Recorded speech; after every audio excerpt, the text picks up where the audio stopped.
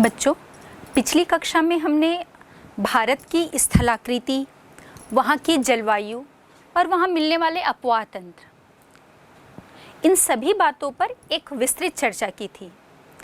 आज हम बात करेंगे जनसंख्या पर। जनसंख्या। बच्चों, क्या आप एक मानव रहित विश्व की कल्पना कर सकते हैं? एक ऐसा विश्व जहाँ पर कोई मनुष्य ना निवास करता हो? और क्या ये संभव है?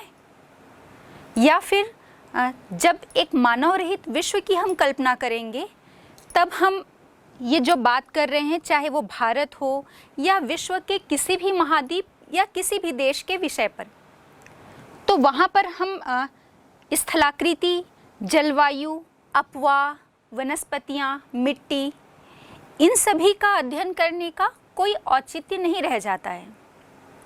या मैं ये कहूँ कि हम पृथ्वी पर मिलने वाले जितने भी भौतिक मतलब यही स्थलाकृति, जलवायु, अपवाह या फिर सांस्कृतिक का के अंतर्गत तो इसका मुख्य केंद्र बिंदु जो है वो मनुष्य ही है। लेकिन इसके अतिरिक्त चाहे हम परिवहन, उद्योग, नगर, इन सभी की भी चर्चा करें तो ये सबका जो केंद्र बिंदु है अध्ययन का, वो मनुष्य है। और मनुष्य इसलिए है कि हम कह सकते हैं कि पृथ्वी पर जो भी एक सामाजिक और सांस्कृतिक वातावरण का निर्माण मनुष्य ही करता है। और इसके साथ ही साथ यहाँ जितने भी संसाधन उपलब्ध होते हैं, इन सभी का उपयोग भी मनुष्य के द्वारा ही किया जाता है। हाँ, समाज के विकास में भी मनुष्य का एक महत्वपूर्ण योगदान होता है। मानव जो है या मनुष्य जो है वो संसाधनों का निर्माण या उपयोग तो करता ही है, और साथ ही साथ हम देखेंगे कि ये स्वयं भी एक विभिन्न गुणों से भरपूर महत्वपूर्ण संसाधन है। अरे, अब हमने मनुष्य को एक संसाधन कह दिया, तो मनुष्य कैसे संसाधन होगा? मानव एक महत्वपूर्ण संसाधन है।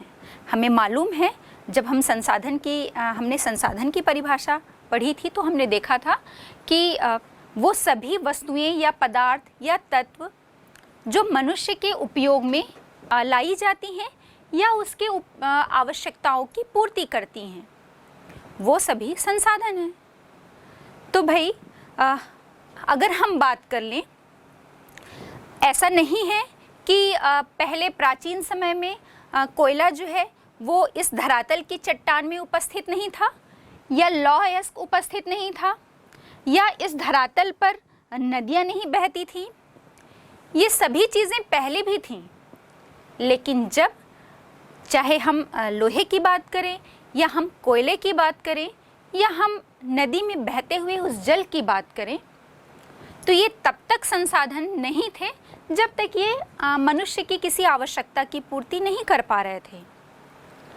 अब पहले तो ये सिर्फ चट्टान में उपस्थित एक चट्टानी टुकड़े थे। अब जैसे ही मनुष्य ने अपने उपयोग के लिए या अपनी आवश्यकता की पूर्ति के लिए अपने विवेक, बुद्धि और तकनीक का प्रयोग करके जब इन चट्टानों से लोहे को अलग किया, लौह अयस्क की खोज की, या कोयले को खोज निकाला, या नदियों के इन बहते हुए जल से बनाए गए बांध से, गिरते हुए जल प्रपात से जब उसने जल विद्युत उत्पन्न कर लिया, तो ये सब संसाधन बन गए। जल संसाधन, खनिज संसाधन। तो धरातल में उपस्थित, पृथ्वी के भूगर्भ में उपस्थित इन सभी तत्वों या पदार्थों को संसाधन का रूप जो है वो किसने दिया? इन सभी को संसाधनों का रूप मनुष्य ने ही दिया है। इसीलिए हम कहते हैं कि पृथ्वी के धरातल पर, भूगर्भ पर जितने भी संसाधन हमें मिलते हैं, उन सभी में सबसे महत्वपूर्ण संसाधन जो है वो मनुष्य है, क्योंकि शेष जितने भी संसाधन हैं उन्हें संसाधनों का रूप मनुष्य ही देता है। अदरवाइज ये किसी महत्व के नहीं रह जाते जब मनुष्य ने इनका रूप परिवर्तन करके अपने उपयोग के लायक इसे नहीं बनाया होता। अब हम देखें कि चाहे हम बात कर लें इस पूरी पृथ्वी पर इसका जो केंद्र बिंदु है, अध्ययन का जो केंद्र बिंदु है, या हम कहें कि संदर्भ बिंदु जो है वो मनुष्य ही है। और इसी के आधार पर हम कहेंगे कि दूसरे तत्वों के महत्व का या उसके अर्थ, उसके मायने जो हैं वो ढूंढे जाते हैं या उसका अध्ययन किया जाता है। क्योंकि जब तक हम उसको मनुष्य के संदर्भ के रूप में ना पढ़ें या उसका अध्ययन ना करें, तब तक उसका कोई महत्व नहीं है।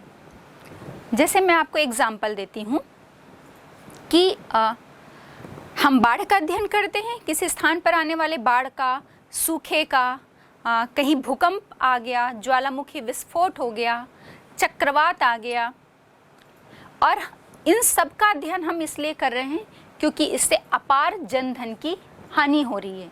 जिस स्थान पर भी ये सभी प्राकृतिक आपदाएं आती हैं, वहाँ पर जो मनुष्य रहता है, मानव संसाधन जो है, उसको अपार क्षति होती है। और इसी संदर्भ के कारण हम इसका अध्ययन करते हैं, इसके महत्व का अध्ययन करते हैं और इससे जुड़ी हुई सारी चीज़ों या सारे पहलुओं का हम अध्ययन करते हैं। एक मनुष्य विहीन क्षेत्र में अगर बाढ़ आ जाता है या सूखा आ जाता है, जहाँ पर कोई किसी भी प्रकार से मनुष्य का निवास नहीं है, या वहाँ पर ज्वालामुखी विस्फोट हो जाता है, तो हम क्यों उसका अध्ययन करेंगे? तब हमारे लिए उसके कोई मायने नहीं रह जाते। सारी चीज़ें जो है, जैसे हमने बात की सुनामी, बाढ़, सूखा, ये जितनी भी प्राकृतिक आपदाएं हैं, या हम विकास के संदर्भ में भी बात करते हैं, तो ये सभी चीज़ें जो हैं वो जुड़ी हुई हैं मनुष्य से। इसलिए चाहे वो प्राकृतिक तत्व हो या फिर वो सांस्कृतिक तत्व हो, इन सभी के अध्ययन का केंद्र बिंदु मनुष्य है और इसी के संदर्भ में हम बाकी चीज़ों का अध्ययन करते हैं। और इसी कारण से हम कहते हैं कि मानव संसाधन का अध्ययन करना और भी महत्वपूर्ण हो जाता है। अब हम देखते हैं मानव जो है वो पृथ्वी के जितने भी संसाधन हैं, हमने देखा कि वो उसका उत्पादन तो करता ही है, और उत्पादन इसलिए कर रहा है क्योंकि वो उसे अपने उपयोग में लेकर आता है। तो जितने भी संसाधन हैं उसके उत्पादन और उपयोग का जो दायित्व हम कह सकते हैं वो मनुष्य के ही ऊपर है। और इसलिए हमें किसी देश के संदर्भ में, किसी प्रदेश के संदर्भ में या विश्व के संदर्भ में भी हम बात करें तो जनसंख्या के जो विभिन्न पहलू हैं उनका अध्ययन करना हमारे लिए बहुत अधिक महत्वपूर्ण हो जाता है। इसी कारण हम अध्ययन करेंगे, जैसे किसी स्थान पर जितने भी संसाधन उपलब्ध हैं, तो क्या वो वहाँ रहने वाले मनुष्य के लिए, मानव के लिए पर्याप्त हैं या अपर्याप्त हैं। तो ये हमें कैसे पता चलेगा? जब हम ये जानेंगे कि उस स्थान पर कितनी जनसंख्या जो है वो निवास करती है, कितने व्यक्ति रहते हैं, और इन व्यक्तियों की या उस जनसंख्या की अलग अलग विशेषताओं का, उसके भी अलग अलग पहलुओं का अध्ययन करना भी और अधिक आवश्यक हो जाता है। तभी तो हम सारी चीज़ों का अध्ययन कर पाएंगे या उसके महत्व का अध्ययन कर पाएंगे। जैसे कि कहीं पर कोई जनसंख्या रह रही है, तो एक तो उनका वितरण कैसा है, क्या समान वितरण है, असमान वितरण है।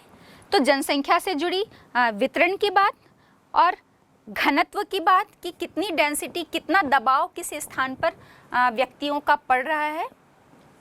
इसके साथ ही साथ उसके विभिन्न विशेषताएं, जैसे कि लिंगानुपात हो गया, जनसंख्या वृद्धि की हम बात कर रहे हैं, जनसंख्या रह रही है तो उसमें कितने आयु वर्ग के लोग रह रहे हैं, तो एज कंपोजिशन की हम बात कर रहे हैं, कितने बाल आयु वर्ग हैं, कितने युवा हैं, कितने वृद्ध वर्ग रहते हैं। इसके साथ ही साथ इन सभी आयु वर्ग में पुरुष और महिलाओं की संख्या कितनी है, मतलब हमने जो लिंगानुपात की बात की, और इनमें साक्षरता कितनी है, साक्षरता के साथ साथ उस स्थान में कितनी कार्यशील जनसंख्या है, कितनी अकार्यशील जनसंख्या है। इन सभी पहलुओं पर हम अध्ययन करते हैं और इसी के आधार पर किसी देश में जितनी जनसंख्या है और उसकी जो अलग अलग विशेषताएं मिलती हैं, इसके आधार पर वहाँ पर पॉलिसीज़ भी जो है वो बनाई जाती हैं ताकि उस देश का विकास प्रॉपर हो पाए। अब हम ये बात करते हैं कि जो जनसंख्या की अलग अलग विशेषताएं होती हैं और इसी आधार पर हम ये अध्ययन करेंगे कि जितने भी और अन्य संसाधन हैं उनका और जनसंख्या का क्या संबंध है, उस पर क्या प्रभाव पड़ेगा और उसका अध्ययन कर रहे हैं तो किस बात पर हम उसका अध्ययन कर रहे हैं, उसके लिए उस अध्ययन का क्या महत्व है। तो आइए हम इन सभी बातों पर विस्तृत चर्चा करते हैं। तो जब हम बार बार जनसंख्या कह रहे हैं और जनसंख्या के अलग अलग पहलुओं या विशेषताओं की जैसे अभी हमने बात की, तो हम देखते हैं कि ये जो आंकड़े हैं जनसंख्या के, चाहे वो लिंगानुपात हो या आयु संरचना हो, साक्षरता से संबंधित बातें हों, तो ये सब बातों की जानकारी हमें कैसे मिलती है। इन सभी बातों की जानकारी जो है वो हमारे देश में जनगणना के माध्यम से मिलती है या किसी भी देश में जनगणना के माध्यम से मिलती है। अब जनगणना शब्द तो आपको जानना ज़रूरी है कि जनगणना होती क्या है, जनगणना हम किसे कहते हैं। तो जनगणना जो है वो किसी भी देश अथवा किसी भी क्षेत्र में लोगों के बारे में एक विधिवत रूप से सूचना प्राप्त करना और उन सूचनाओं का रिकॉर्ड रखना, और ये जो सूचनाएं प्राप्त की जाती हैं वो एक शासकीय आदेश के तहत ही की जाती हैं और रिकॉर्ड भी जो है वो एक शासकीय आदेश के तहत ही रखा जाता है। तो इस विधि से जो जनसंख्या की विभिन्न जानकारियां प्राप्त की जाती हैं उसे हम जनगणना कहते हैं। और ये जो जनगणना है वो एक निश्चित समय अंतराल पर की जाती हैं। जैसे हम भारत में देखेंगे तो हमारे भारत में एक निश्चित समय अंतराल और वो समय अंतराल है हर 10 वर्ष के अंतराल में हमारे भारत में जनगणना की जाती है। अब हम थोड़ी जनगणना के इतिहास के विषय में बात कर ले कि कब से प्रारंभ हुआ और अब तक कितनी जनगणनाएं हो चुकी हैं। तो भारत में सबसे पहली जनगणना जो है वो 1872 में हुई थी, लेकिन हम उसे संपूर्ण जनगणना नहीं कह सकते क्योंकि तब कुछ बहुत सारे जो क्षेत्र हैं देश के वो इस जनगणना में छूट गए थे, मतलब उनके आंकड़े एकत्र नहीं किए गए थे और बहुत सारी मतलब एक हम कहें संपूर्ण जानकारी भी एकत्र नहीं हो पाई थी। इसलिए ये 1872 में जो की गई पहली जनगणना है वो एक संपूर्ण जनगणना नहीं कही जाती। अगर आपसे पूछा जाए कि प्रथम संपूर्ण जनगणना कब हुई तो आपका उत्तर होगा सन 1881 में। 1872 में पहली जनगणना, उसके 9 वर्ष के बाद 1881 में पहली संपूर्ण जनगणना हुई जिसमें देश के समस्त हिस्सों या क्षेत्रों से संबंधित जानकारियां जो हैं एक संपूर्ण जानकारी, संपूर्ण आंकड़े जनसंख्या से संबंधित एकत्र किए गए। तो पहली संपूर्ण जनगणना 1881, और अगर आपसे प्रथम जनगणना पूछा जाए तो आपका उत्तर होना चाहिए 1872। ये आपके ऑब्जेक्टिव टाइप क्वेश्चन में पूछा भी जा सकता है। तो ऑब्जेक्टिव टाइप क्वेश्चन के लिए आपका एक महत्वपूर्ण क्वेश्चन बनता है। अब हम देखें अब तक, मतलब पिछली जनगणना हमारी कब हुई थी? 2011 में। तो 2011 में जो जनगणना हुई थी वो हमारे देश की 15वीं जनगणना थी। मतलब अब तक हमारे देश में कुल 15 जनगणना जो है वो हो चुकी हैं, और 2011 के बाद जो है 2021 में हमारे देश में जनगणना होनी थी। लेकिन हमें मालूम है कि तब हम कोरोना महामारी कोविड से जूझ रहे थे, जिसके कारण हमारी जो 2021 की जनगणना वो डिले हो गई है, आगे बढ़ गई है, आगे खिसक गई है। और ऐसा अनुमान लगाया जा रहा है कि वर्ष 2023-24 में फिर से ये अगली जनगणना, जो कि हमारी 16वीं जनगणना होगी, इसे किया जाएगा। बच्चों, हमने बात कर ली कि जनसंख्या के विभिन्न पहलुओं का अध्ययन क्यों आवश्यक है, और ये जनसंख्या से संबंधित जितनी भी विभिन्न प्रकार की जानकारियाँ हैं उसकी विशेषताओं से संबंधित वो हम किसके माध्यम से प्राप्त करते हैं। आइए अब हम भारत देश की जनसंख्या का एक संपूर्ण अध्ययन करते हैं कि जनसंख्या कितनी है, कहाँ कहाँ किस किस प्रकार की जनसंख्या मिलती है, और उस जनसंख्या से संबंधित जो विभिन्न विशेषताएं हैं उन सभी पर हम चर्चा करते हैं। सबसे पहले हम बात करते हैं जनसंख्या के आकार और वितरण पर। बच्चों, जब हम आकार की बात करते हैं तो हम देखेंगे वर्ष 2011 की जनगणना के अनुसार हमारे भारत की जो जनसंख्या थी वो 121 करोड़ थी। अब ये जो 121 करोड़ जनसंख्या है, यदि हम विश्व की पूरी जनसंख्या, कुल जनसंख्या के विषय में बात करें तो ये 121 करोड़ जनसंख्या विश्व की कुल जनसंख्या का 17.5% है। मतलब विश्व की कुल जनसंख्या यदि 100% है तो उसका 17.5% जो है वो हमारे भारत देश में निवास करता है। अब हम भारत के पूरे क्षेत्रफल की बात करें कि कुल कितना क्षेत्रफल जो है वो हमारे भारत देश के हिस्से में आता है, तो 32,87,263 वर्ग किलोमीटर हमारे भारत का कुल क्षेत्रफल है। और यदि हम विश्व के कुल क्षेत्रफल को 100% मान लें तो हम देखेंगे कि इस विश्व के कुल क्षेत्रफल का लगभग 2.4% जो है वो हमारे देश के अंतर्गत आता है। या हम इसे दूसरे शब्दों में ऐसे कह सकते हैं कि विश्व के कुल 2.4% क्षेत्रफल में पूरे विश्व की 17.5% जनसंख्या जो है वो निवास करती है। अब ये हमने देखा कि कितनी जनसंख्या कितने क्षेत्रफल में रह रही है। अब इस पूरे क्षेत्रफल और कुल जनसंख्या में भी देखिए, मतलब भारत में सर्वाधिक जनसंख्या कहाँ पर मिलती है। ये जो 121 करोड़ है जो कि 32,87,263 वर्ग किलोमीटर में निवास करती है, तो ये पूरी जनसंख्या का वितरण, ये तो आकार हो गया। 121 करोड़ की इतनी बड़ी जनसंख्या, इतनी विशाल जनसंख्या हमारे देश में रहती है। लेकिन हम ये देखेंगे कि इस इतनी जनसंख्या का पूरे भारत देश में वितरण भी सभी जगह एक समान हमें नहीं मिलता। कहीं अधिक जनसंख्या है, कहीं अधिक व्यक्ति लोग रहते हैं, कहीं पर कम व्यक्ति रहते हैं। तो इस पर हम थोड़ी नज़र डालते हैं। देखते हैं हम कि सबसे अधिक जनसंख्या जो है वो भारत में उत्तर प्रदेश में मिलती है और यहाँ पर कुल 1990 लाख जनसंख्या जो है वो निवास करती है। और ये हमारे भारत की कुल जनसंख्या यदि हम 100% मान लें तो इसका 16% जो है 1990 लाख ये उत्तर प्रदेश में अकेले निवास करता है। अब दूसरी ओर हम देखेंगे कि सिक्किम जो है पूर्वोत्तर राज्य, तो इस सिक्किम की जो आबादी है वो मात्र 6 लाख है। जहां उत्तर प्रदेश में 1990 लाख जनसंख्या निवास करती है, वहीं सिक्किम में मात्र 6 लाख जनसंख्या रहती है। और इसके साथ ही साथ यदि हम लक्षद्वीप में चले जाएं, जो हमारा एक केंद्र शासित प्रदेश है, वहाँ पर हम देखेंगे कि 64,429 लोग ही रहते हैं। तो हमने देखा कि कहीं पर बहुत ज़्यादा, कहीं पर बहुत कम। तो जनसंख्या के इस वितरण में हमें बहुत अधिक असमानता देखने को मिलती है। अब इसमें हम थोड़ा और आगे बढ़ते हैं। भारत की लगभग जो आधी जनसंख्या है वो सिर्फ इन 5 राज्यों में ही निवास करती है। और वो कौन कौन से?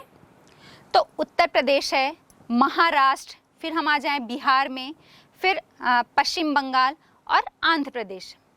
इन 5 राज्यों में हम देखेंगे कि भारत की कुल जनसंख्या का 50% जो है वो यहीं पर निवास करता है। अब इन 5 राज्यों के साथ ही यदि हम अपने छत्तीसगढ़ के जनसंख्या के आंकड़ों पर नज़र डालें तो हम देखते हैं कि हमारे छत्तीसगढ़ में पूरे भारत की जनसंख्या का 2% जो है वो निवास करता है। और यदि हम आंकड़ों में इसे देखें तो 2,55,40,196, मतलब लगभग 2.5 करोड़ जनसंख्या जो है हमारे छत्तीसगढ़ में निवास करती है। बच्चों, हमने ये जो वितरण देखा, इसी में हम देखते हैं कि जैसे हमने कहा कि उत्तर प्रदेश में सर्वाधिक जनसंख्या निवास करती है, तो ऐसा नहीं है कि उत्तर प्रदेश जो है वो हमारे भारत का सबसे बड़ा राज्य है क्षेत्रफल के हिसाब से। क्षेत्रफल के दृष्टिकोण से यदि हम देखें तो सबसे बड़ा राज्य भारत में राजस्थान है। लेकिन राजस्थान क्षेत्रफल में तो सबसे बड़ा है, लेकिन हम यहाँ पर देखते हैं कि भारत का केवल 5.5% जनसंख्या ही निवास करती है। तो इतनी अधिक विषमता देखने को हमें मिल रही है। और इसमें एक महत्वपूर्ण बात और हम चर्चा कर लेते हैं। हमें मालूम है कि जब 2011 की जनगणना हुई थी तब हमारा भारत जो था वो जनसंख्या के हिसाब से इसका दूसरा स्थान था। पहला स्थान किसका था? चीन का, उसके बाद दूसरा भारत और तीसरा संयुक्त राज्य अमेरिका। लेकिन वर्तमान में हम देखें, वर्तमान में मतलब जुलाई 2023 की स्थिति हम देखें तो संयुक्त राष्ट्र परिषद का जो एक आकलन है वो बताता है कि अब हमने इस वर्तमान स्थिति में चीन को भी पीछे छोड़ दिया है। और चीन को पीछे छोड़ते हुए हमारे भारत की जो जनसंख्या है वो लगभग 142.86 करोड़ हो गई है, और वहीं चीन की जो जनसंख्या है वो 142.57 करोड़ ही है। मतलब हम चीन की जनसंख्या से लगभग 29 लाख जनसंख्या या व्यक्तियों में आगे निकल चुके हैं। अब हम इसी दर से यदि आगे बढ़ते रहें तो हम देखेंगे कि हम एक विशाल वृद्धि जो है वो भविष्य में अपनी जनसंख्या की दर्ज करेंगे। आपको एक और महत्वपूर्ण बात पता होनी चाहिए, यदि हम उत्तर प्रदेश और महाराष्ट्र ये दोनों राज्यों की जनसंख्या को मिला दें तो इन दोनों राज्यों की जो जनसंख्या है वो संयुक्त राज्य अमेरिका की जनसंख्या के बराबर है। मतलब हम कह सकते हैं कि इसी दर से यदि हम वृद्धि करें तो हर साल या हर दशक में, हर जनगणना में हम एक नया संयुक्त राज्य अमेरिका उत्पन्न कर रहे हैं। आइए, ये तो हो गई बात हमारे जनसंख्या के वितरण की। अब इसमें हम थोड़ा और आगे बढ़ते हैं और देखेंगे कि जहां हमने देखा कि उत्तर प्रदेश में जहां देश की कुल 16% जनसंख्या निवास करती है, और वहीं राजस्थान में हमने देखा जो क्षेत्रफल की दृष्टि से सबसे बड़ा राज्य है वहां मात्र देश की 5% जनसंख्या ही निवास करती है। तो ऐसा क्यों? वितरण में असमानता क्यों देखने को मिलती है? तो बच्चों, मैं आपसे एक छोटा सा प्रश्न पूछना चाहूँगी। यदि आपको अपने लिए एक छोटा सा घर लेना है तो आप किस क्षेत्र में, किस जगह पे आप अपना घर जो है, किस लोकेशन पे आप अपना घर लेना चाहेंगे? तो नेचुरली है कि आपका उत्तर होगा कि वो एक समतल भूभाग होगा जहाँ का ड्रेनेज अच्छा हो, पानी भराव की समस्या ना हो, बारिश के समय पे ट्रांसपोर्टेशन बहुत अच्छा हो, मतलब सभी जगह से कनेक्टिविटी बहुत अच्छी हो, चाहे वो रेल यातायात के माध्यम से हो या सड़क यातायात के माध्यम से हो। जहाँ पर अगर आप एक खेतीहर घर से हैं तो वहाँ पर की ज़मीन में कृषि बहुत अच्छी मात्रा में होती हो, मतलब कृषि से उपज जो है वो अच्छा प्राप्त हो। इसके साथ ही साथ आपका जो स्कूल है वो वहाँ से बहुत ज़्यादा दूर स्थित ना हो, पापा का ऑफिस बहुत ज़्यादा दूर ना हो। तो ये सब कनेक्टिविटी आप वहाँ पर देखते हैं। जलवायु अच्छी हो, मतलब ना बहुत ज़्यादा गर्मी पड़े ना बहुत ज़्यादा ठंडी पड़े, इस टाइप की स्थितियों का आप आकलन करते हैं और आप उसी जगह पर अपना घर बनाना चाहेंगे या घर लेना चाहेंगे। तो ऐसे ही यदि हम विश्व में या अपने देश में भी सभी व्यक्तियों की बात करें तो सभी की सोच जो है वो लगभग इसी के इर्द गिर्द घूमती है। और कारण यही है कि हम देख रहे हैं कि उत्तर प्रदेश में देश की 16% जनसंख्या और वहीं राजस्थान में हमें मात्र 5% जनसंख्या मिलती है।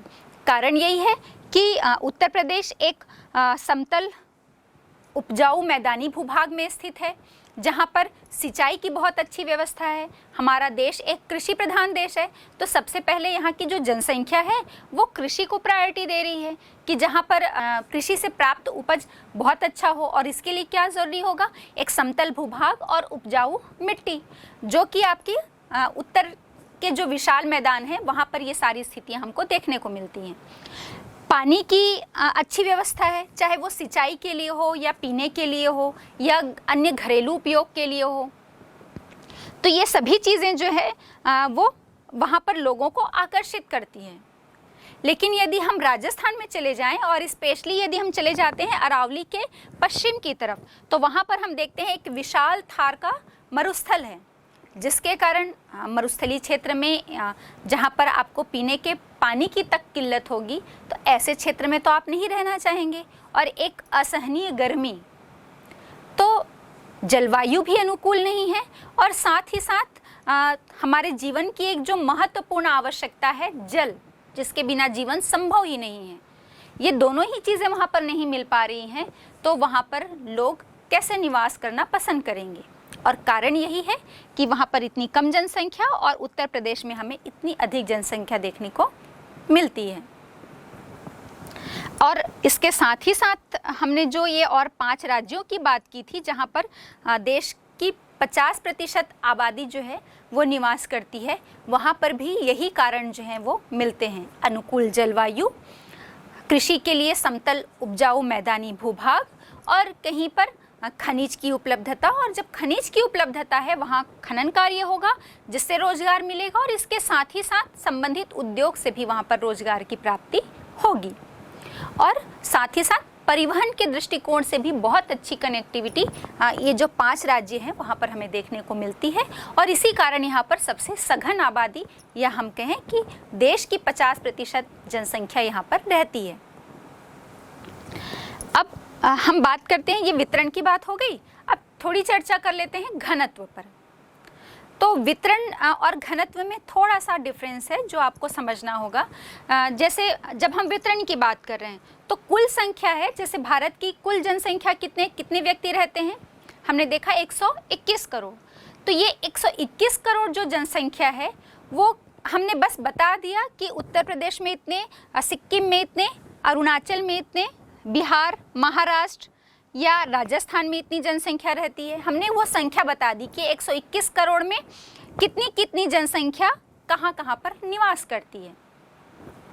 लेकिन जब हम घनत्व या डेंसिटी की बात करते हैं तो डेंसिटी का जो महत्व है या उसका अध्ययन जो है वो हम जनसंख्या का अध्ययन किसी पर्टिकुलर प्रदेश या क्षेत्र की जब हम बात कर रहे हैं तो वहाँ पर क्षेत्रफल के हिसाब में जो है उसका अध्ययन करते हैं। जैसे कि प्रति इकाई क्षेत्रफल में रहने वाले लोगों की संख्या को हम जनसंख्या घनत्व कहते हैं या पॉपुलेशन डेंसिटी कहते हैं। इसे एक छोटे उदाहरण से आप समझ सकते हैं। जैसे यहाँ पर आपको 2 जगह नज़र आ रहे हैं, ये दोनों ही जो एक वर्ग खींचा गया है, दोनों का आकार जो है वो 1 वर्ग किलोमीटर का है। और दोनों ही एक समान आकार वाले इस क्षेत्रफल में आप देख रहे हैं कि एक जगह तो सिर्फ 4 व्यक्ति आपको नज़र आ रहे हैं और दूसरे वर्ग में आपको लगभग 10 व्यक्ति जो हैं वो नज़र आ रहे हैं। तो जहाँ पर आकार जो है साइज दोनों का सेम है, भूखंड का आकार एक ही है, 1 वर्ग किलोमीटर का क्षेत्रफल है, लेकिन उस 1 वर्ग किलोमीटर के क्षेत्रफल में एक जगह सिर्फ 4 व्यक्ति रह रहे हैं, मतलब वो बहुत खुले में रह रहे हैं, फैल के रह रहे हैं, उनके आवास के लिए पर्याप्त भूमि है, कृषि के लिए पर्याप्त भूमि वहाँ पर उपलब्ध हो पाएगी।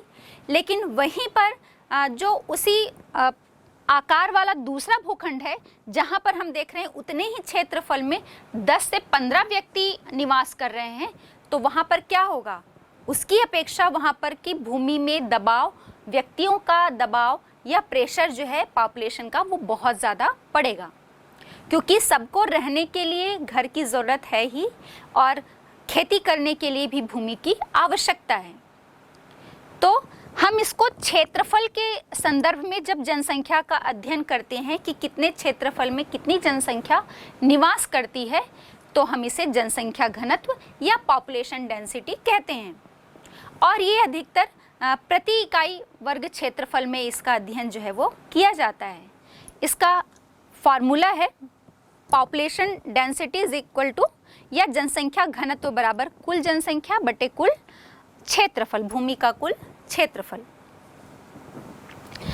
अब यहाँ पर हम देखें कि जो भारत है हमारी, वो विश्व की एक घनी आबादी वाले देशों में से एक है। मतलब पहला स्थान विश्व में बांग्लादेश का है, उसके बाद जापान, और तीसरा स्थान हमारे भारत का है जहाँ पर कि एक घनी आबादी मिलती है। अब भारत का जनसंख्या घनत्व कितना है, तो इसे भी हम देख रहे हैं। 2001 में जो देश में 324 व्यक्ति प्रति वर्ग किलोमीटर जनसंख्या घनत्व मिलता था, ये 2011 में बढ़कर 382 व्यक्ति प्रति वर्ग किलोमीटर हो गया है। और लगता है कि जो अगली जनगणना होगी, अभी हमने बताया कि अब तो हम चीन की जनसंख्या को भी पार कर चुके हैं, क्रॉस कर लिया है हमने।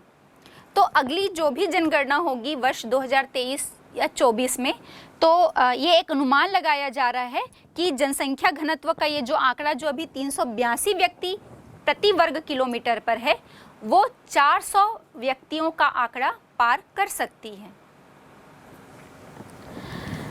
अब हम ये देखते हैं कि जनसंख्या घनत्व का जो अध्ययन है ये हमारे लिए क्यों महत्वपूर्ण है, हम क्यों जनसंख्या के घनत्व का अध्ययन करें। तो हम देखेंगे कि जहाँ पर भी उच्च जनसंख्या घनत्व मिलता है वहाँ पर वो क्षेत्र में कई प्रकार की समस्याओं को जन्म दे सकता है।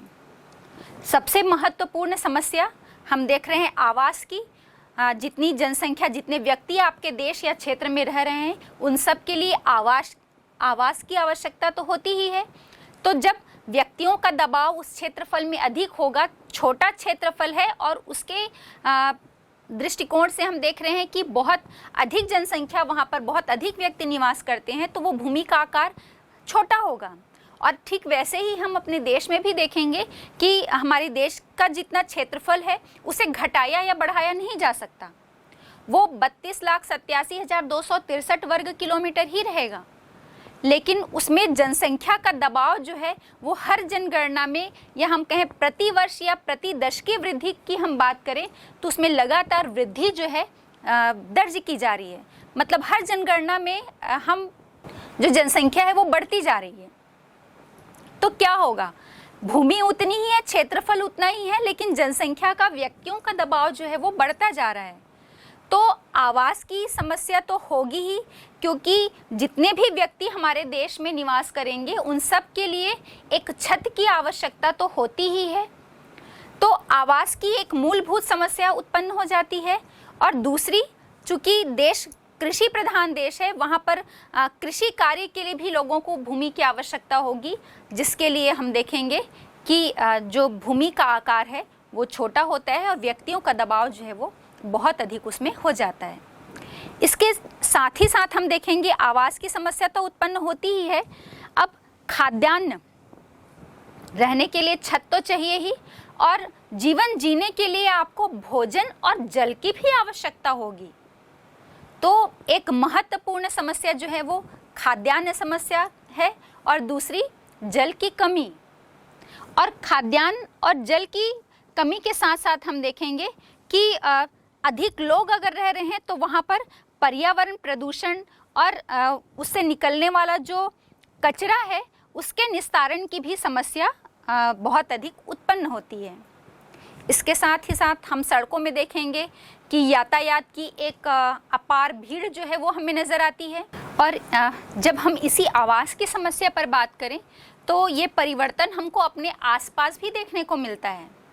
जैसे आप अपने छत्तीसगढ़ में रायपुर शहर में चले जाइए या बिलासपुर में चले जाइए, या फिर हम देश की बात करें तो मुंबई में चले जाएं, तो हम क्या देखते हैं, यहाँ पर आवास के लिए भूमि जो है वो कम पड़ रही है। इसलिए हम लगातार बहुमंजिला जो इमारतें हैं इनकी संख्या बढ़ती जा रही है। अब लोगों के पास जो भूमि पर बने इंडिविजुअल मकान हैं वो कम होते जा रहे हैं और सबको एक छत चाहिए। इसलिए ये एक के ऊपर एक कई बहुमंजिला इमारतें जो है वो चारों तरफ हमारे नज़र आती हैं, जो कि इस आवास की समस्या या भूमि की कमी के कारण जो उत्पन्न आवास की समस्या है उसका परिणाम हमें नज़र आता है। अब हमने जो बात की यातायात की समस्या, तो इस यातायात की समस्या को भी आप अपने आसपास ही देख सकते हैं और महसूस कर सकते हैं कि जैसे ही आप सड़क पे चलते हैं किसी भी गंतव्य में जाने के लिए, तो अपने देश के जितने भी बड़े बड़े शहर हैं या महानगर, और आप अपने रायपुर की ही बात कर लें तो आप देखेंगे कि आप सिग्नल में यदि आपको स्टेशन जाना है ट्रेन पकड़ने के लिए, तो आप एक टाइम का जो इंटरवल है वो लगभग 30 से 45 मिनट का रखेंगे।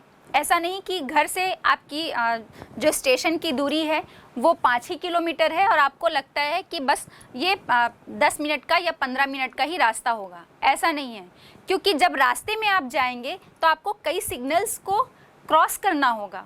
और चूंकि जनसंख्या अधिक होने के कारण वाहनों की इतनी भीड़ हो गई है, या हम कहें इतना अधिक यातायात का दबाव पड़ता है कि कई सिग्नल आपको हर सिग्नल में रुकने हैं, और एक एक मिनट जो है वो आपकी जब बारी आती है वो 1 मिनट ग्रीन सिग्नल होते ही, और तब तक पता चल रहा है कि वो सिग्नल फिर से रेड हो गया। तो यातायात का दबाव भी जो है वो बहुत अधिक बढ़ रहा है। और जो हम अपने लगभग रोज़मर्रा की जो बात हो गई है कि जब हम घर से निकलते हैं और इस चीज़ को महसूस करते हैं, और इसके साथ ही साथ जब लोगों का दबाव पड़ेगा तो रोज़गार के लिए भी प्रतिस्पर्धा होती है, इसे भी हम महसूस करते हैं। मतलब हमें कहीं जाने की ज़रूरत नहीं है। जैसे कि आपके घर में कोई आपके बड़े भैया होंगे जो अपने किसी सर्विस के लिए अप्लाई कर रहे हैं, किसी एग्ज़ाम को फाइट करने के लिए एप्लीकेशन डाल रहे हैं, और आप देखेंगे जैसे किसी सर्विस के लिए अप्लाई किया जा रहा है, उसमें मान लो कि 50 पोस्ट है, 50 पद के लिए भर्तियां निकली हैं, लेकिन हम देखते हैं कि वहाँ पर आवेदन जो है वो बेरोजगारी इतनी है कि लाखों में आवेदन जो है वो आते हैं। तो मतलब ये है कि रोजगार के लिए भी प्रतिस्पर्धा जो है वो बहुत अधिक बढ़ जाती है। और इसके साथ ही साथ अभी जब कोविड-19 का समय था, इस महामारी से हम जूझ रहे थे, तो हमने ये भी देखा था कि लोगों की भीड़ ज़्यादा रहने से या बहुत ज़्यादा पास रहने से जो बीमारियों के फैलने का खतरा भी बढ़ जाता है। और इसे हमने बहुत अच्छी तरह से इस कोविड-19 के दौरान महसूस किया। और उसमें ये बार बार बात कही जा रही थी, कीप डिस्टेंस। तो जैसे नगरों में जनसंख्या का दबाव बढ़ता है, तो ये जो स्लम जैसी बस्तियां हैं वो हमें उसका फैलाव बहुत अधिक देखने को मिलता है। और उस स्लम एरिया में हम देखते हैं कि एक छोटे से कमरे में परिवार के 8 से 10 सदस्य भी वहीं पर रह रहे हैं, और पूरी बस्तियां जो है वो ऐसे ही घरों से भरी होती हैं, और सबके सीवरेज का पानी या हम कहें कि जो घर से निकलने वाला अपशिष्ट है वो सब कुछ वहीं पर फैला हुआ, और इतना अधिक एनवायरनमेंट पॉल्यूशन होता है, इतना ज़्यादा प्रदूषण होता है कि ये एक गंभीर समस्या जो है वो बनती जा रही है। और आजकल जो नगरों की प्लानिंग की जा रही है उसमें इसी कारण से देखा जा रहा है कि स्लम जो है वो बहुत ज़्यादा विकसित ना होने पाए, या उसका सही तरीके से, उसको एक नियोजित तरीके से बसाया जाए। तो ये सारी जो समस्याएं हैं वो जनसंख्या के अधिक घनत्व के कारण, ये जनसंख्या के बहुत अधिक दबाव बढ़ने के कारण जो है वो हमें इन सभी समस्याओं का सामना करना पड़ता है, जो एक हमारे लिए गंभीर समस्या है। तो अभी इतनी सारी जो समस्याएं अभी हमने चर्चा की, उसकी गंभीरता पर तो आप सोच ही सकते हैं, या विचार करना मैं कहूँ कि बहुत आवश्यक हो जाता है। अब हम देखते हैं, घनत्व की हमने चर्चा की थी, और हमने देखा कि लगातार हर जनगणना में ये घनत्व जो है वो बढ़ता जा रहा है, और हम एक घनी आबादी वाले देशों में से एक हैं। अब भारत के ही अलग अलग राज्यों में जब हम जनसंख्या घनत्व की बात कर लें, तो देखते हैं कि सबसे अधिक जनसंख्या, वे डिस्ट्रीब्यूशन और डेंसिटी दोनों में डिफरेंस करना है आपको। सर्वाधिक जनसंख्या तो उत्तर प्रदेश में मिलती है, लेकिन सर्वाधिक जनसंख्या घनत्व जो है वो बिहार राज्य में मिलता है। मतलब उत्तर प्रदेश का क्षेत्रफल बड़ा है, उस क्षेत्रफल के हिसाब में वहाँ पर जनसंख्या कम निवास कर रही है, लेकिन बिहार का क्षेत्रफल कम है, और उस छोटे क्षेत्रफल के हिसाब से, छोटे क्षेत्र के हिसाब से वहाँ पर बहुत अधिक जनसंख्या निवास करती है, और उस क्षेत्रफल पर जनसंख्या का या व्यक्तियों का दबाव बहुत अधिक है।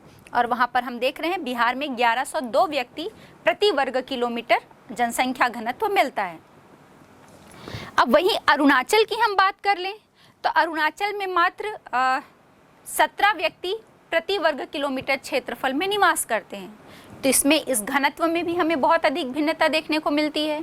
अरुणाचल प्रदेश एक पर्वतीय राज्य है, हिमालय पर्वतीय राज्य पूर्वोत्तर का। तो क्या कारण है कि बिहार में इतना अधिक और अरुणाचल में इतना कम? तो जैसे हमने चर्चा की थी कि वितरण में असमानता देखने को मिलती है, ठीक इसी प्रकार से हम देखेंगे जनसंख्या के घनत्व में जो हमें अलग अलग क्षेत्रों में, अलग अलग राज्यों में असमानता देखने को मिलती है, उसका कारण यही है स्थलाकृति, किसी स्थान की स्थलाकृति मतलब वो मैदानी क्षेत्र में हमें अधिक जनसंख्या मिलेगी और कोई पठारी या पर्वतीय क्षेत्र है वहाँ पर कम जनसंख्या निवास करती है। इसके साथ ही साथ जलवायु भी प्रभावित करती है। अगर मानव निवास के अनुकूल जलवायु है तो वहाँ पर जनसंख्या अधिक मिलेगी, साथ ही साथ प्रतिकूल जलवायु में कम जनसंख्या निवास करती, मतलब बहुत अधिक ठंडे क्षेत्र या बहुत अधिक गर्म क्षेत्र, बहुत अधिक बारिश या दलदली वाले क्षेत्र। और इसके साथ ही साथ जो मूलभूत सुविधाएं हैं जैसे भोजन है, आवास है या जल की सुविधा तो आपको पीने के लिए तो है ही, पीने के लिए जीवन की अनिवार्यता के लिए जल आवश्यक है, और इसके साथ ही साथ जो घरेलू आवश्यकताएं हैं उनके लिए भी हमें जल की आवश्यकता होती है। तो इन सब के साथ जल की उपलब्धता, भोजन मतलब कृषि कार्य वहाँ पर अच्छी तरह से हो पाए, उपजाऊ मिट्टी हम कह सकते हैं, और आवास, और इसके साथ साथ परिवहन और भी बहुत सारे कारण हैं या फैक्टर्स हैं जो जनसंख्या के घनत्व और वितरण को प्रभावित करते हैं। और इसी कारण से ये सब सुविधाएं जहाँ पर मिलती है वहाँ पर हमें अधिक जनसंख्या घनत्व मिलता है, और जहाँ पर इसके प्रतिकूल क्षेत्र में हमें जनसंख्या घनत्व में कमी देखने को मिलती है। अब हम कुछ घनत्व वाले क्षेत्रों की बात कर लें तो हम यहाँ पर कहेंगे कि कहाँ पर जनसंख्या घनत्व जो है वो अधिक मिल रहा है और कहाँ पर कम। भारत में भी जो घनत्व में असमानता देखने को मिल रही है तो कहीं पर कम और कहीं पर अधिक। तो इस बात पर हम चर्चा कर लेते हैं कि कहीं पर उच्च घनत्व क्यों मिल रहा है, कहीं मध्यम घनत्व और कहीं पर निम्न घनत्व क्यों है। तो इस मानचित्र पर भी आप बहुत अच्छे से नज़र डालेंगे जो कि भारत की जनसंख्या घनत्व के अलग अलग राज्यों पर फोकस कर रहा है। और हम यहाँ पर देख रहे हैं जो उच्च घनत्व के क्षेत्र हैं, जैसे कि हम बात कर लें केरल, और दक्षिणी राज्यों में हम केरल की बात कर लें, और केरल के साथ साथ जो मैदानी राज्य हैं, उत्तर के विशाल मैदान के जितने भी मैदानी राज्य हैं, यहाँ पर हमें बहुत अधिक जनसंख्या का उच्च घनत्व देखने को मिलता है। और कारण यही है, जैसे केरल की हम बात करें, एक तटीय क्षेत्र है, समजल वायु वाला क्षेत्र है, और हम विशाल मैदान में चले जाएं तो वहाँ पर समतल भूमि है सिंचाई के लिए, और साथ ही साथ अलग अलग कार्यों की जल की उपलब्धता और उपजाऊ मिट्टी, ये सभी ऐसे कारण हैं जो जनसंख्या को अपनी तरफ आकर्षित करते हैं। और इसी कारण हम देखेंगे कि यहाँ पर जनसंख्या का उच्चतम घनत्व जो है वो मिलता है। अब हम मध्यम जन घनत्व वाले क्षेत्र की बात कर लें तो जब हम भारत में देखेंगे तो मध्यम जन घनत्व के जो क्षेत्र हैं, जो असम का अधिकतर क्षेत्र है और इसके साथ ही साथ प्रायद्वीपीय भूभाग के जो अधिकतर राज्य हैं वो आपके मध्यम जन घनत्व वाले क्षेत्र में आते हैं। और यहाँ पर मध्यम घनत्व मिलने का कारण, यहाँ पर सामान्य से मध्यम वर्षा भी ठीक ठाक होती है। इसके साथ ही साथ हम देखेंगे काली उपजाऊ मिट्टी है, और मतलब पूरा जो दक्कन का पठार है वहाँ पर हम देखते हैं कि काली मिट्टी का विस्तार है, तो उपजाऊ मिट्टी भी इसका एक प्रमुख कारण है। और उपजाऊ मिट्टी के साथ साथ हम देखेंगे कि पूरा हमारा प्रायद्वीपीय पठार जो है वो खनिज संसाधनों का अथाह भंडार लिए हुए है। तो थोड़ी देर पहले हमने अभी चर्चा भी की थी कि जहाँ भी हमें खनिज संसाधनों के भंडार मिलेंगे मतलब वहाँ खनन कार्य होगा, संबंधित उद्योग लगाए जाएंगे, तो चाहे वो खनन उद्योग में हो या संबंधित विनिर्माण उद्योग, दोनों ही जगह जो है वो रोजगार के कारण अपनी तरफ लोगों को आकर्षित करते हैं। तो ये सभी कारण हैं असम के साथ साथ प्रायद्वीपीय राज्यों में मध्यम जनघनत्व मिलने के, ये सभी महत्वपूर्ण कारण हैं। अब इसके बाद हम देखें कि जितना हमारे देश का जो पूरा पर्वतीय क्षेत्र है, पर्वतीय जो राज्य हैं, और इसके साथ ही साथ जैसे राजस्थान है उसका जो मरुस्थलीय क्षेत्र है, ये सभी जो प्रतिकूल जलवायु और स्थलाकृति उबड़ खाबड़ भूमि या हम दलदली भूमि की बात कर लें तो ये सभी एक ऐसे क्षेत्र हैं जहाँ पर चाहे वो जलवायु प्रतिकूल हो या स्थलाकृति में उबड़ खाबड़ भूमि होने के कारण और जलवायु के दृष्टिकोण से भी प्रतिकूलता आने के कारण यहाँ पर बहुत कम जनसंख्या घनत्व जो है वो हमें देखने को मिलता है। फिर अभी हमने चर्चा की थी ना कि अरुणाचल प्रदेश में हमें मात्र 17 व्यक्ति प्रति वर्ग किलोमीटर क्षेत्र में निवास करते हैं। फिर हम चले जाएं जम्मू कश्मीर में, या फिर हम चले आए नागालैंड में, तो ये सब हिमाचल में चले जाएं या राजस्थान में चले जाएं, तो ये ऐसे राज्य हैं जहां पर जनसंख्या का बहुत निम्न घनत्व मिलता है, और कारण यही है प्रतिकूल जलवायु और स्थलाकृति की जो है वो प्रतिकूलता। अब हमने चर्चा की घनत्व पर, अब हम चर्चा करते हैं जनसंख्या की एक विशेषता जिसे हम जनसंख्या वृद्धि कहते हैं। अब सवाल ये उठता है कि जनसंख्या वृद्धि है क्या? तो मैं आपको बता दूं कि जनसंख्या में होने वाला परिवर्तन ही हम जनसंख्या वृद्धि कहते हैं। अब ये जो परिवर्तन है, आप कह रहे होंगे इसे वृद्धि कैसे कहेंगे? तो जनसंख्या में ये परिवर्तन जो है वो दो तरीके से हो सकता है कि पिछली जो जनगणना है उसकी तुलना में यदि बाद की जनगणना में व्यक्तियों की संख्या कम हो गई या जनसंख्या कम हो गई, तो हम इसे ऋणात्मक वृद्धि कहेंगे। मतलब कमी आ गई जनसंख्या में, परिवर्तन कैसा था? कमी में थी, तो हम इसे ऋणात्मक वृद्धि कहेंगे।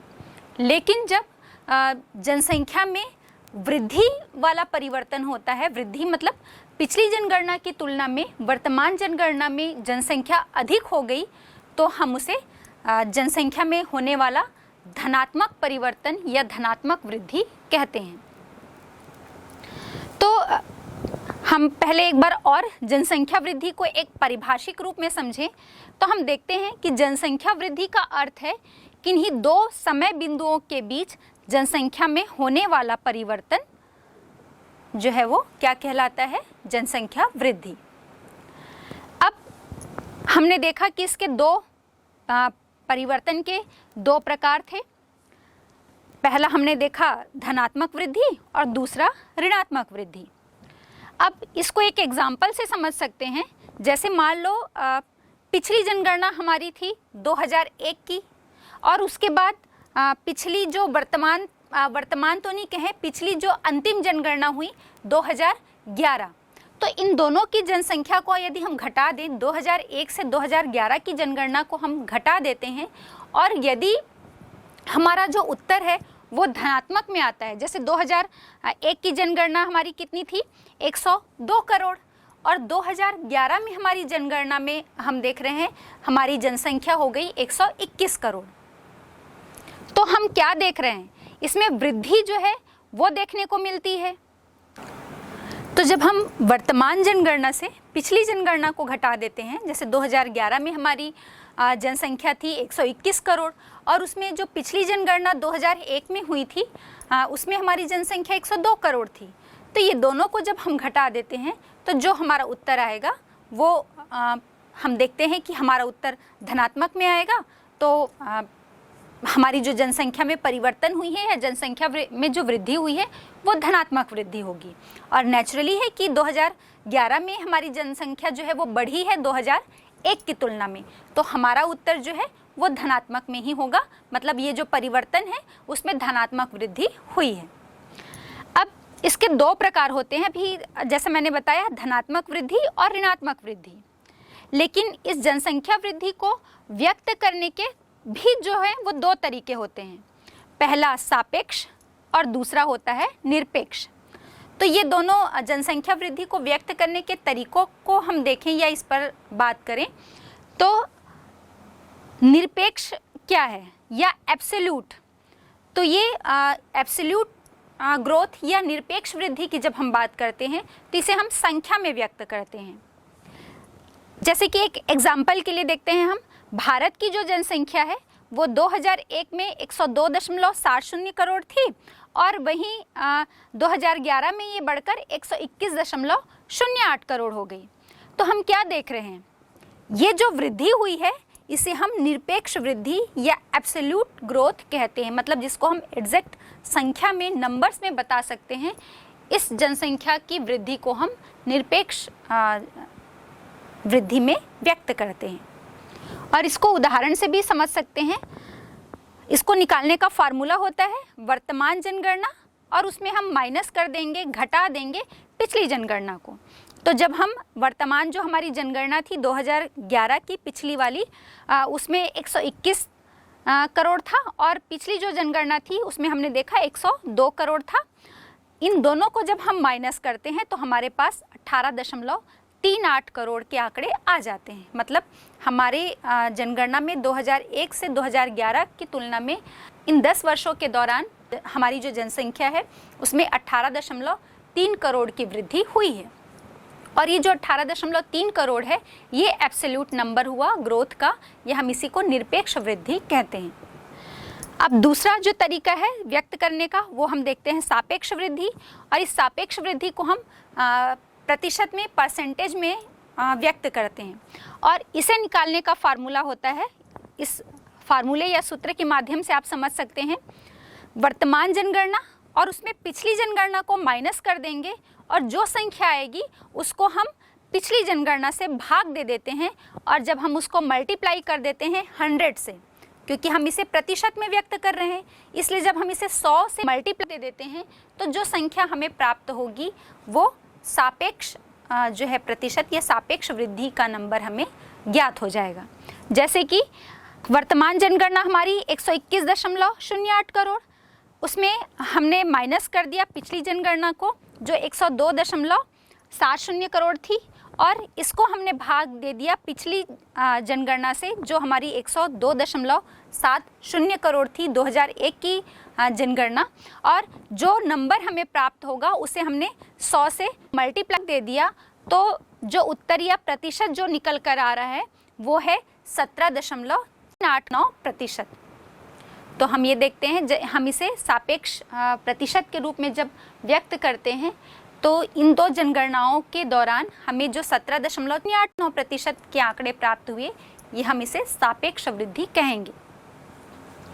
अब इन दोनों के अतिरिक्त भी ये जो दो तरीके थे व्यक्त करने के, इनके अतिरिक्त भी हम देखते हैं कि जनसंख्या की वृद्धि का जो दर है ये एक दूसरा महत्वपूर्ण पहलू है, और इसका अध्ययन हम प्रतिवर्ष प्रतिशत में व्यक्त करते हैं, जिसे हम वार्षिक वृद्धि कहते हैं या वार्षिक वृद्धि दर कहते हैं। पर ईयर ग्रोथ रेट होगा ये, या एनुअल ग्रोथ रेट हम इसे कहते हैं। तो ये हो गई हमारी जनसंख्या वृद्धि की बात।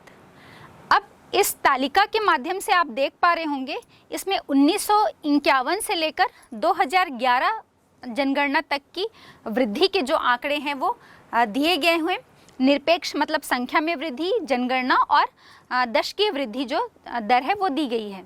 और इसमें हम देख पा रहे हैं कि 1951 से लेकर 1981 तक की जनगणना में बहुत तीव्र वृद्धि जो है वो दर्ज की जा रही है।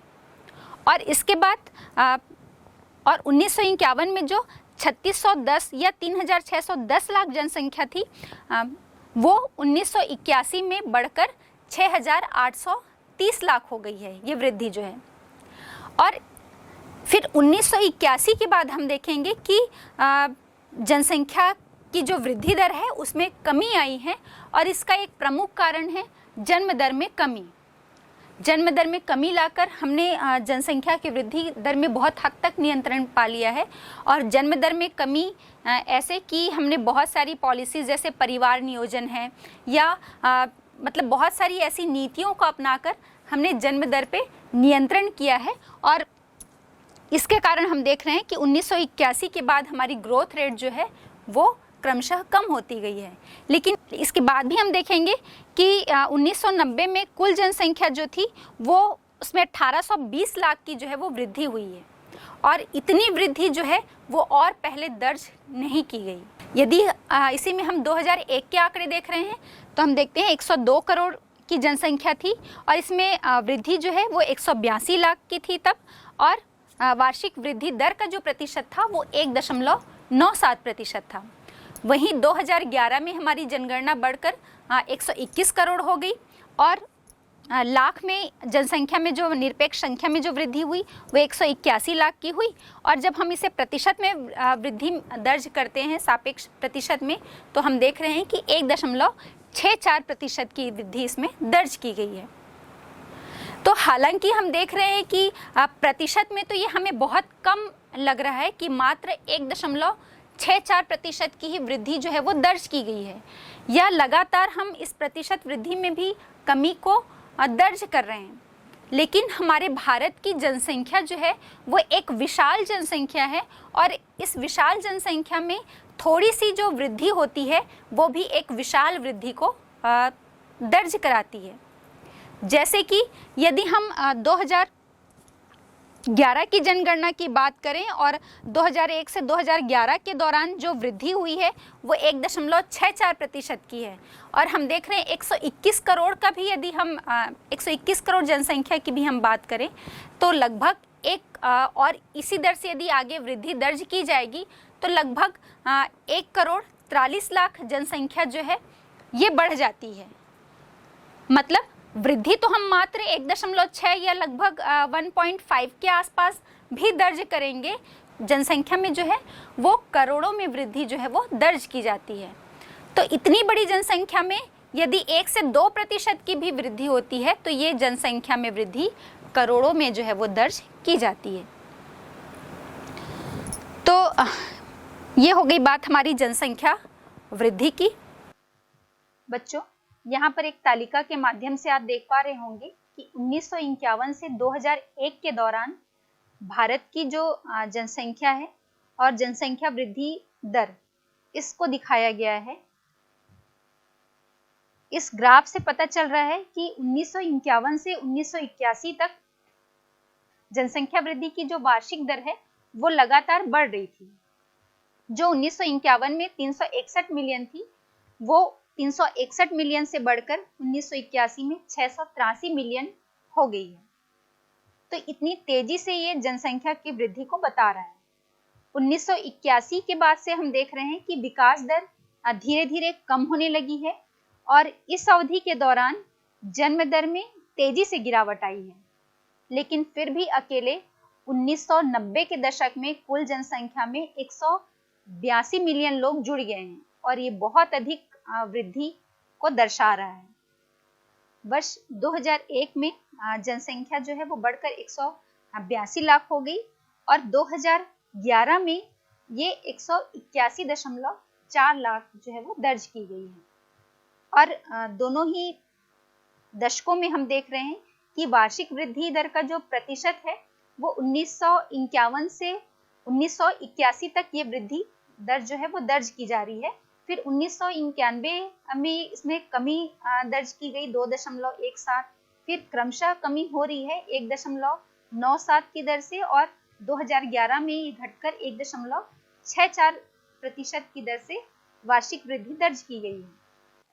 लेकिन इतनी वृद्धि भी जो है, चूंकि भारत की जनसंख्या एक विशाल जनसंख्या है, तो अगर उसमें हम देख रहे हैं कि मात्र 1.64% की दर से भी वार्षिक वृद्धि दर्ज की जाती है, तो ये जनसंख्या जो है वो करोड़ों में हो जाती है।